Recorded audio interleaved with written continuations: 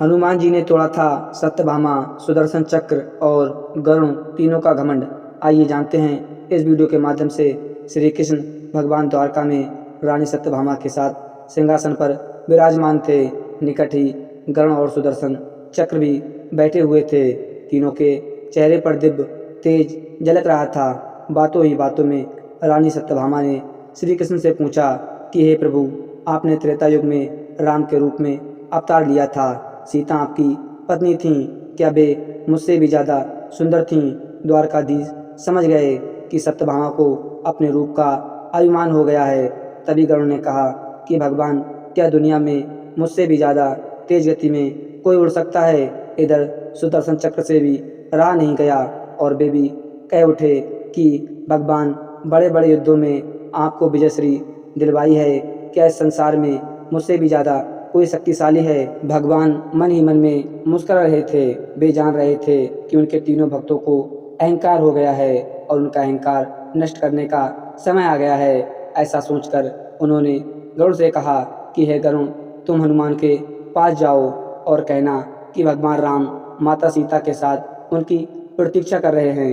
गरुड़ भगवान की आज्ञा लेकर हनुमान को लाने चले गए। इधर श्री कृष्ण ने सत्यभामा से कहा कि हे देवी, आप सीता के रूप में तैयार हो जाओ और स्वयं द्वारकाधीश ने राम का रूप धारण कर लिया। मधुसूदन ने सुदर्शन चक्र को आज्ञा देते हुए कहा कि तुम महल के प्रवेश द्वार पर पहरा दो और ध्यान रहे कि मेरी आज्ञा के बिना महल में कोई प्रवेश ना करे। भगवान की आज्ञा पाकर चक्र महल के प्रवेश द्वार पर तैनात हो गए। गरुड़ ने हनुमान के पास पहुंचकर कहा कि हे वानर श्रेष्ठ, भगवान श्री राम माता सीता के साथ द्वारका में आपसे मिलने की प्रतीक्षा कर रहे हैं। आप मेरे साथ चलें और मैं आपको अपनी पीठ पर बैठाकर शीघ्र ही वहां ले जाऊंगा। हनुमान ने विनय पूर्वक गरुड़ से कहा, आप चलिए, मैं आता हूँ। गरुड़ ने सोचा, पता नहीं यह बूढ़ा बानर कब पहुँचेगा।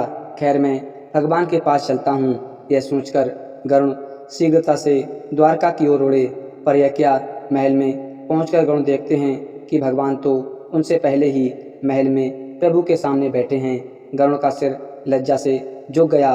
तभी श्री राम ने हनुमान से कहा कि पवन पुत्र, तुम बिना आज्ञा के महल में कैसे प्रवेश कर गए? क्या तुम्हें किसी ने प्रवेश द्वार पर रोका नहीं? हनुमान ने कहा कि हे प्रभु, आपसे मिलने से मुझे इस चक्र ने रोका था, इसलिए इसे मुंह में रख मैं आपसे मिलने आ गया। मुझे क्षमा करें। भगवान मन ही मन में मुस्कुराने लगे। हनुमान ने हाथ जोड़ते हुए श्री राम से प्रश्न किया, हे प्रभु, आज आपने माता सीता के स्थान पर किस दासी को इतना सम्मान दे दिया है कि वह आपके साथ सिंहासन पर विराजमान है? अब रानी सत्यभामा का अहंकार भंग होने की बारी थी। उन्हें सुंदरता का अहंकार था जो पल भर में चूर हो गया था। रानी सत्यभामा, सुदर्शन चक्र व गरुड़ जी तीनों का गर्व चूर चूर हो गया था। वे भगवान की लीला समझ रहे थे। तीनों की आंखों में आंसू बहने लगे और वे भगवान के चरणों में झुक गए। अद्भुत लीला है प्रभु की। अपने भक्तों का अहंकार अपने भक्त द्वारा ही दूर किया उन्होंने।